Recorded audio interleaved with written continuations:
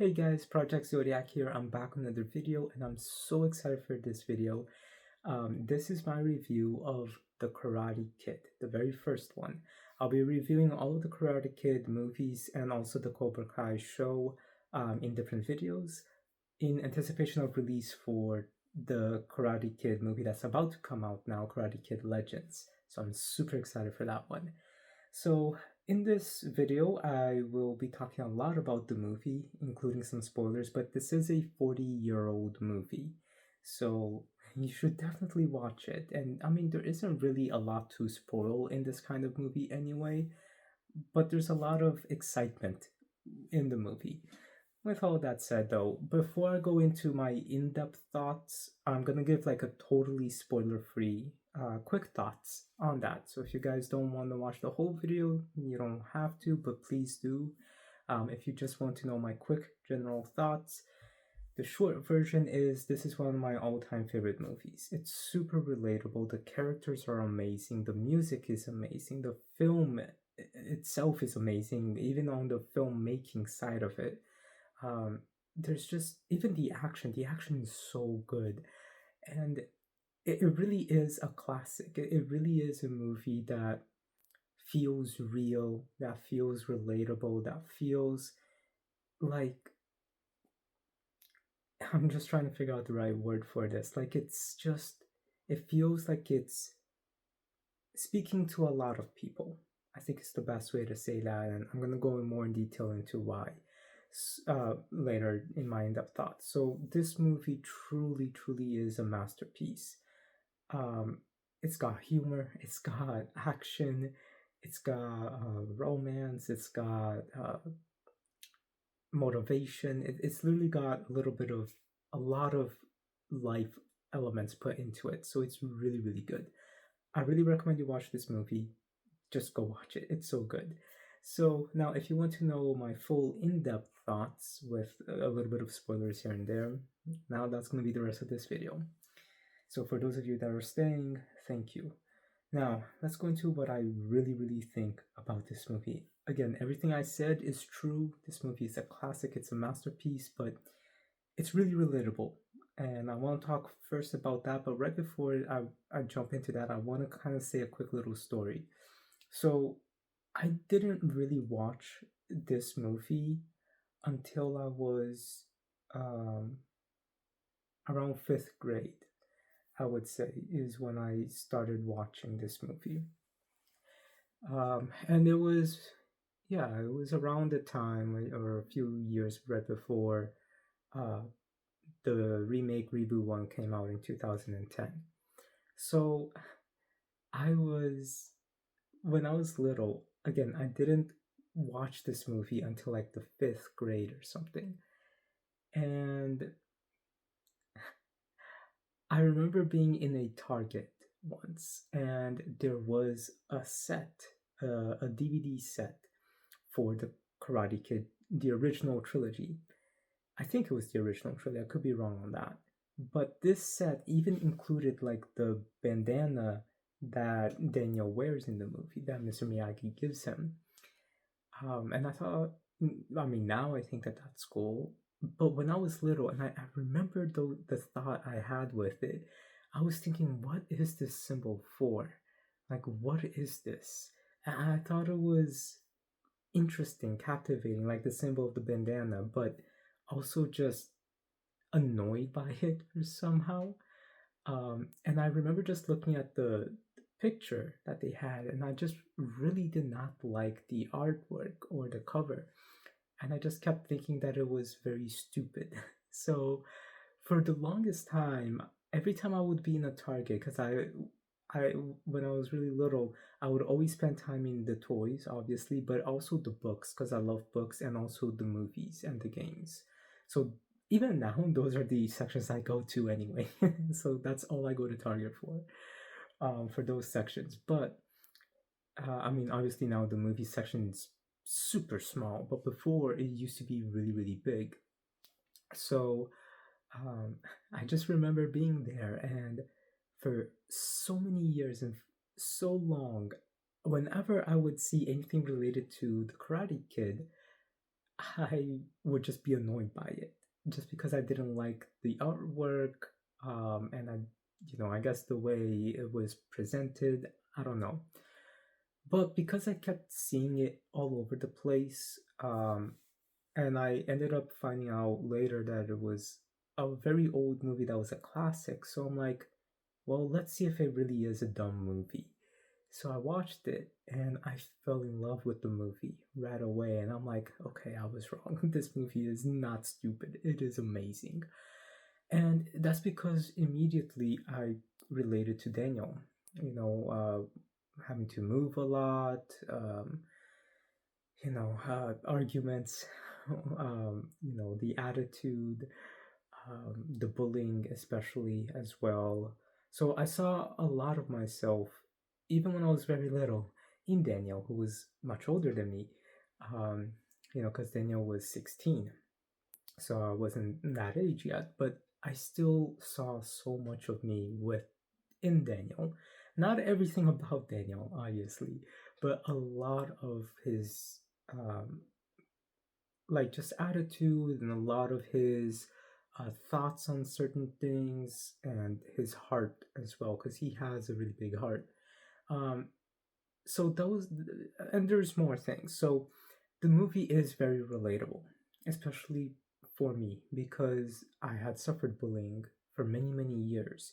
It wasn't in high school, but it was throughout all of elementary school and a little bit of middle school.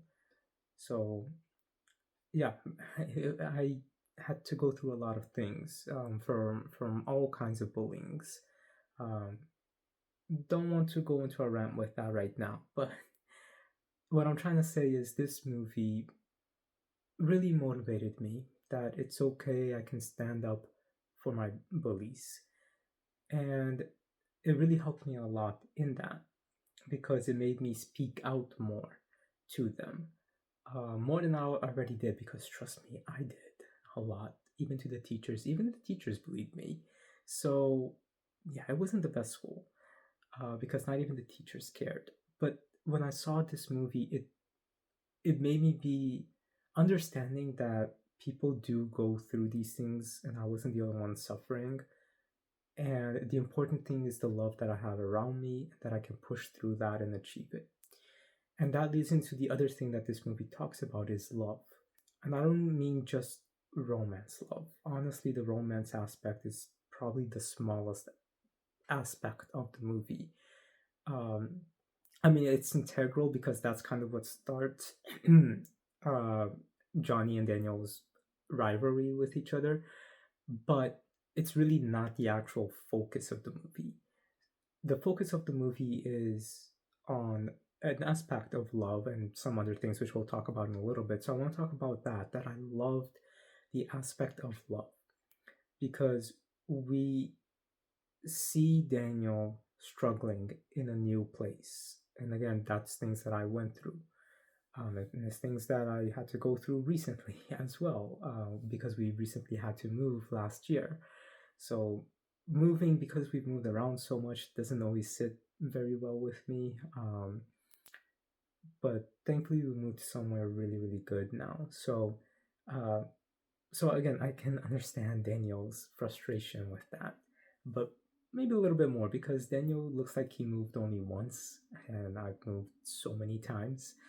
What I'm trying to get at is, um, we see his reactions to that and how much his mom is trying to cheer him up, how much his mom is trying her best to make him feel comfortable and at home.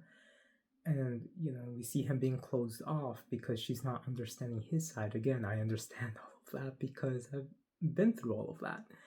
Um, so, like, for example, the scene where he's hitting his bike in the trash bin because he's hurt, he's upset, he's stressed, and then his mom comes there to like sees him and then starts panicking, like, why are you bleeding, what happened? And he's trying to tell her, so he's just yelling because he's already frustrated. Again, all of those things is so relatable, and I can remember so many moments like that for me. So uh like that exact attitude, the way I was explaining things, my parents not hearing, and then they understanding what I'm saying.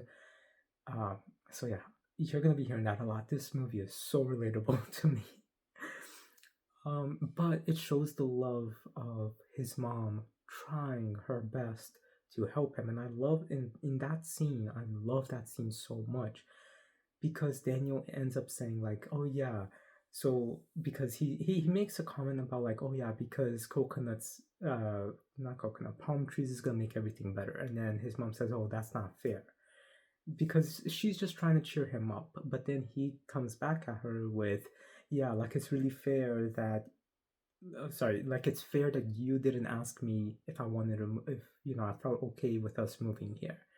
And then that kind of like makes his mom realize, like, oh, yeah, you kind of have a point there, and I didn't think about you in that sense. And again, that's okay. When people get excited, sometimes they forget about the people around them. Um, so I think that that was like something that his mom really realized and saw how how important hearing her son is. Um, so it shows a family love. And I think that that was very important to show because honestly, movies don't really do that very often anymore. And the other aspect of that family love is Mr. Miyagi. Because Mr. Miyagi, one, he's adorable. Two, he's hilarious. Three, he's super caring. And four, he really is a family to Daniel. Because yeah, they call each other friends, even throughout all of the movies, and even I think in Cobra Kai as well.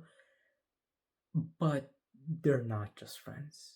Truly, Mr. Miyagi is Daniel's adopted father, and he is Mr. Miyagi's adopted son. That's just how they are. Their relationship really is very clearly a father and son relationship, and it is so sweet. It is so heartwarming, and it is so beautiful. And sorry, now I'm getting emotional because that's like me with my stepfather. So he raised me ever since I was little, very little, my whole life, basically. So my relationship with my stepfather is just like Mr. Miyagi's with Daniel. And I'll talk a little bit more about that in the second movie because there's more connections there. But to give you all an example and the reasons why I can relate to this movie so much, um, when I finished high school, um, that was, I mean, I didn't have a car at that time, and I had only gotten a license when I was around 18. Um, so we didn't have money for a car, not even really a used one. However, when I finished high school, after a little bit of time, um, my stepfather gave me some money that he had saved, and it was in celebration for me graduating. And I was just gonna keep that money and put it as save or buy something really special with it. But when I came back from visiting him, my mom and my older brother had already been looking for cars to surprise me with, and my stepdad told them about the money, or maybe I told them about the money. I'm not sure. I forgot how that went, but they were able to find a car that I guess that they helped a little bit with. I thought that it was the money my stepfather gave me for the longest time. But anyway, using that money, and I guess maybe they helped me a little bit in some other aspects. I was able to get a car. It was very old. It was from a 2000. It was from 2005, but I loved that car. Um, and I still remember it was a Honda Civic, a hybrid car, um, and it was white from 2005, and it was really, really, really nice. I loved the car, but the transmission sucked, so it kept breaking, and then it broke on the highway at one point, and we had already spent $2,000 trying to fix it. And then that's a whole other story. But what I'm trying to get at is there's a scene in this movie when Daniel turns 16, he gets his driver's license, and Mr. Miyagi gives him a car. And that for me is very similar to my stepdad and my family giving me a car right after I graduated high school. So unlike Daniel, it wasn't for graduation. For him, it was getting his license. Um, but for me, it was a special event with where my family gave me a car, and yeah, so I just relate so much to that, and a big portion of that came from my stepfather. Just like for Daniel, getting the car came from his stepfather or adoptive father. I'm gonna be calling Mr. Miyagi that for Daniel because really that's how he is. And yeah, that's just one thing. Uh, no, the thing I was about to say is for the second movie. Um, and then just as well, the teachings, like how many lessons my stepfather teaches me, even to this day. Um, the care and, teaching me how to defend myself because my stepfather did that to both physically and what's it called, and vocally, mentally as well. So these are all things that my stepdad taught me. So when I see Daniel and Mr. Miyagi's relationship, it's just like me and my stepdad. Sorry, getting emotional. So what I'm trying to say is the movie is beautiful. It really, really focuses on their relationship, um, and the care that Mr. Miyagi has for Daniel, and the care that Daniel has for Mr. Miyagi. And honestly, it's one of the best relationships in any movie series, um, because it is done with so much care. It is done with so much love. And really, that is the heart of this movie. It's believing in yourself and seeing the love that your family has for you and giving that family that love. Yes, there's the whole aspect of dealing with bullies as well. That's the second main aspect, of course, and how we can go about dealing with bullies in different ways. Trust me, I try to do many techniques to try to deal with the bullies, but when you're kind of one of the most hated kids in the school, that even the teachers hate you, um, it's not really easy to put up with that. In Daniel's case, it was just a group of bullies. So, what I'm trying to say though is it's a beautiful message in every aspect, and really, this movie is very motivational. So, I love this movie a lot. I relate to it a lot. It's very real. The characters truly, as I mentioned earlier, truly are written as real characters, people who had gone through those real things. And me, when I watched it, as I said, I watched it around fifth grade, so that's still when I was being bullied. Um, and just for some context, I was bullied, as I mentioned, in every aspect. So mentally, physically, it was mostly mental and verbal bullying, but there was still a lot of physical bullying too. Um, yeah, I'm not gonna go into a whole story for that.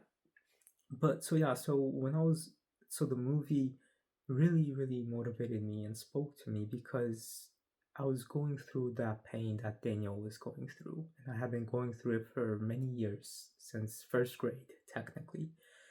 So yeah, the movie it's inspiring for sure. And it's amazing. So that's all I'm gonna say about that right now. Um, because there's other more fun and upbeat things that I want to talk about. One is martial arts because some of the fighting I actually learned too was from studying this movie as well. I watched it many times and would really try to understand the teachings that Mr. Miyagi was teaching in how karate and martial arts and defense can be found in anything that we do. And a lot of people or actual martial artists might say that the martial arts in this movie that Mr. Miyagi was teaching him is fake, or it's not like that, or it doesn't work. It doesn't matter because one, yes, you can apply those things uh, in actual defense. So the teachings of the moves that they teach in this movie can actually help you. Um, but at the same time, uh, what this movie teaches as well is that you don't need to be going to a fancy school. You don't need to learn all these fancy techniques. The thing comes from your heart, it comes from your mind.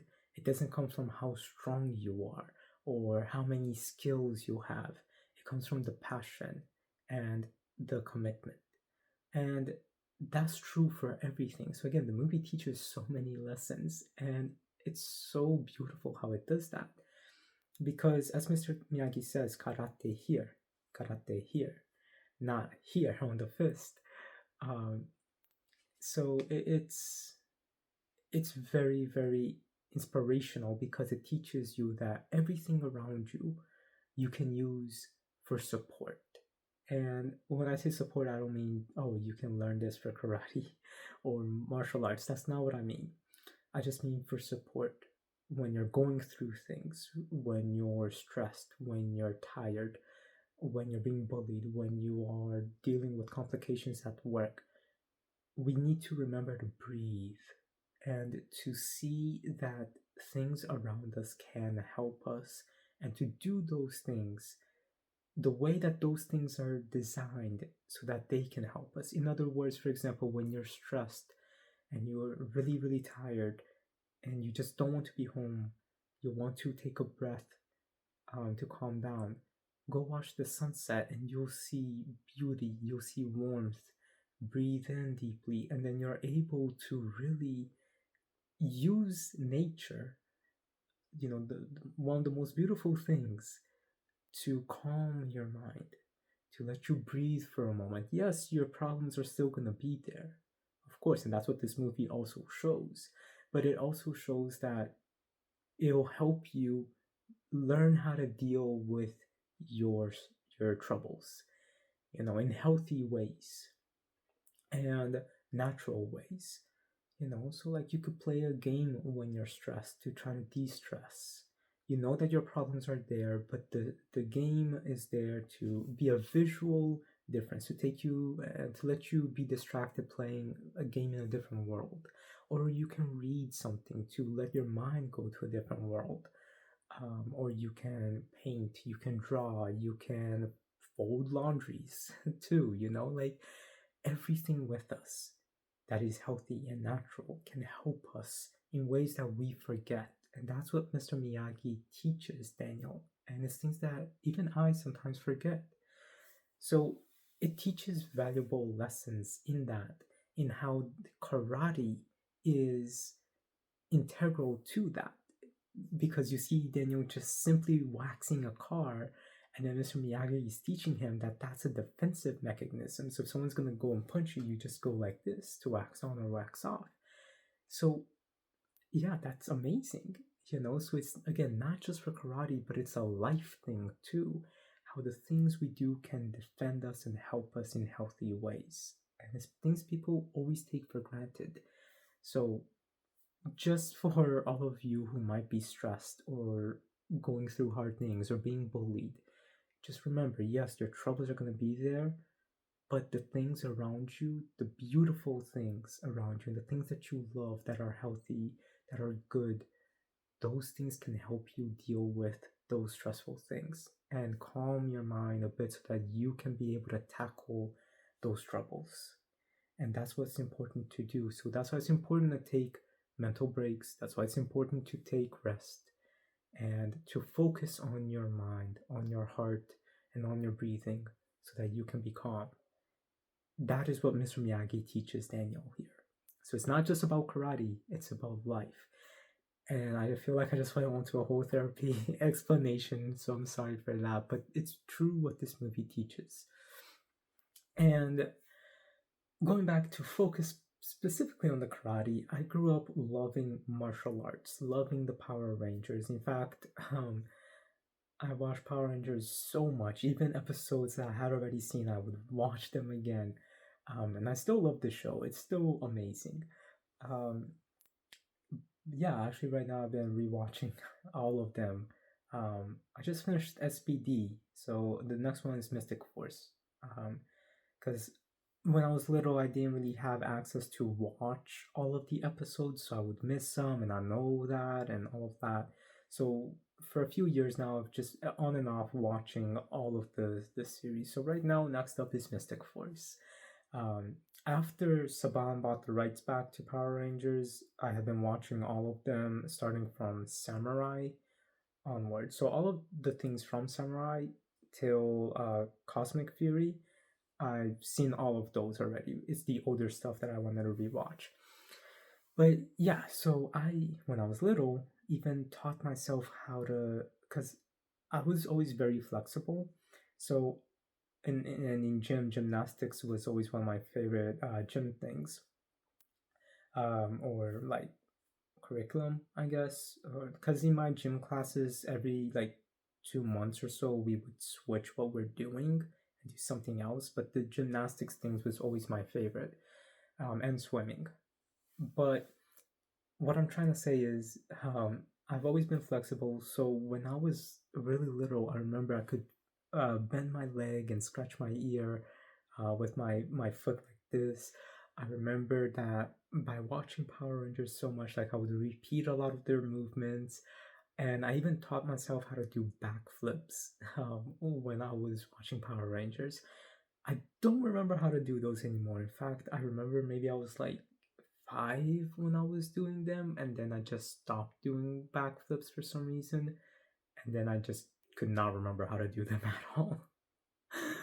But that's just from me watching it and analyzing them and learning how they were doing it by the movement. Um, so yeah, yeah, can't do backflips anymore, but I'm still able to do a lot of gymnastic stuff. I think it's been a few years, but I love martial arts. Even my older brother, he practiced jujutsu for many years, or a couple years, I think. And I always wanted to do martial arts as well. I always wanted to do karate, even before watching Karate Kid. Um, like for me, martial arts is always impressive. It's always cool. Just the culture with that is just beautiful in a sense because it is an art. And as Mr. Miyagi says, it's not supposed to be for fighting. It's a presentation and it's supposed to be for defense. So all kinds of martial arts. I love karate, jiu-jitsu, capoeira, um, kung fu. All of those are so beautiful when you see it in flow and in action. I've always loved martial arts. So the martial arts in this movie, because it's focused on that, and like for example, you might watch like a Bruce Lee movie. Of course, it has martial arts, and of course, Power Rangers has martial arts. But what makes the Karate Kid special is that it focuses on the essence of martial arts and the beauty of martial arts, not the action of martial arts. Um, because Daniel is thinking that martial arts is all action, but then Mr. Miyagi explains that it's not. Um, and it's really interesting when you think about that, like how people have very specific perceptions of things because of how everyone else around them makes it seem like, but the true essence is the total opposite. It happens with so many things. Uh, but yeah, so this movie's martial arts, though, like the fact that it's all about martial arts and it focuses on the true essence of martial arts is amazing. I love it. And on top of that, the fights themselves are so good. Like they feel like actual punches, they feel brutal, they feel gritty, they feel like an actual fight happening. And I think that that's amazing. And for the final like tournament section, first we got that classic scene where is it I'm the Tiger? No, You're the Best Around, where You're the Best Around is playing, and it's just a fantastic scene. and it really, really feels like an actual real tournament. Like when you watch actual real tournaments, they're not all in giant stadiums that the UFC, for example, presents it as. Um, also, ironically, I know I just mentioned that I love martial arts, but I really don't watch fights like UFC or boxing or anything like that. I don't see a point for that. I'd rather learn the art behind it and see the art behind it. So, and that's what Mr. Miyagi teaches Daniel. But yeah, so the fights in this movie, the particular tournament, like it's done in the high school gym, like, and you're thinking, did they not have a budget to do something more fancy? But no, the thing is, a lot of actual tournaments aren't in huge giant stadiums like UFC or anything like that. So it's more traditional. It's more um, simple. It's more uh, impactful in that sense, uh, because it's really just a lot more direct in that. It's a little bit more gritty. It's not people fighting to make money and then having thousands of people watching them. It's literally people in, like, showing their skills, their art, their techniques to the people who are passionate about seeing that and who wants to support them, and that's amazing. So that's why I love the tournament scene in this movie, because it is done so good, and it's also an underdog story, which a lot of people love, um, and it's just done so good about really believing in yourself and just fighting through it. And there's one last thing I want to say, but before that, just to finish up about the fight. So yeah, that final fight, it is so satisfying. It is so raw, and I love that they just let you be there in that moment. Like for most of that final fight between Danny and Johnny, it's just fight. Like the sound design in there, it really just feels like you're there watching it. It's because there isn't a lot of fancy music playing. It's literally just the sounds of the fight. It's just them, their key moving around. Like the sound design for the whole tournament and the final fight is so good because it feels so realistic, and that adds to such a good charm for it. So I love the final fight, and obviously, yes, the crane kick is amazing. When I first saw that, I remember I was so hyped up, and I'm like, yes, he did it, and it was so cool. But the last thing that I wanted to say is Mr. Miyagi, during that final fight, when Daniel gets injured, says it doesn't matter, you did good. The important thing isn't about winning or losing. You don't need to continue the fight, you've proven that you're good. But Daniel says, no, I won't have balance, because I'm just showing them that I can take a beating and that's it. I need to at least go out there and try my best, even if my leg might get broken, given how it was injured. So that shows courage because you're scared and you want to face that fear to improve yourself and to also prove to everyone around you that you are more than capable of what they think that you are when they talk bad to you and all of that. So I love that Daniel decided, all right, even if I lose the fight, it's okay because I got to at least try. I have a way to fix my leg right now. Since I have a way to fix my leg, I have to try, and I love that. And it was very beautiful. So I know that a lot of people talk about the crane kick maybe being illegal, and that sorry, not Danny, yeah, Daniel is actually the bully in this movie. Yes, he comes off very hot-headed and ignorant sometimes, but he does calm down and he does start to learn to breathe and relax. But that's just Daniel being Daniel. It's just he is very hard-headed and not hard-headed, sorry, hot-headed in general. But he is very kind and tries to fix things, fix his mistakes.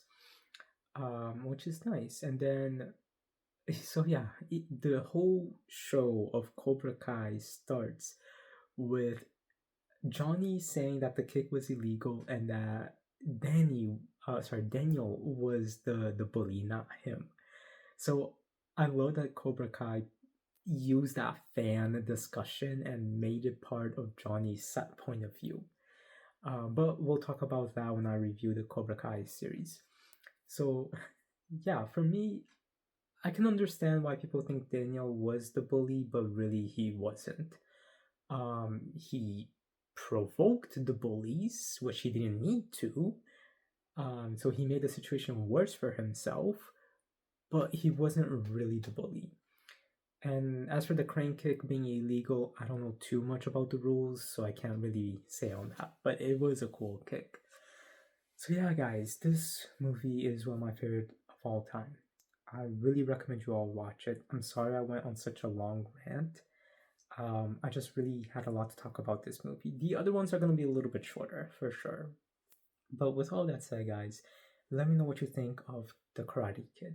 Are you excited for Karate Kid Legends? I will be reviewing that, so please watch all of my Karate Kid videos so that you can also see Karate Kid Legends. I'll be putting them in a Karate Kid playlist, and it's going to be in chronological order. But with all that said, guys, let me know what you think. Rate, comment, subscribe, and I'll talk to you later. Have a good day.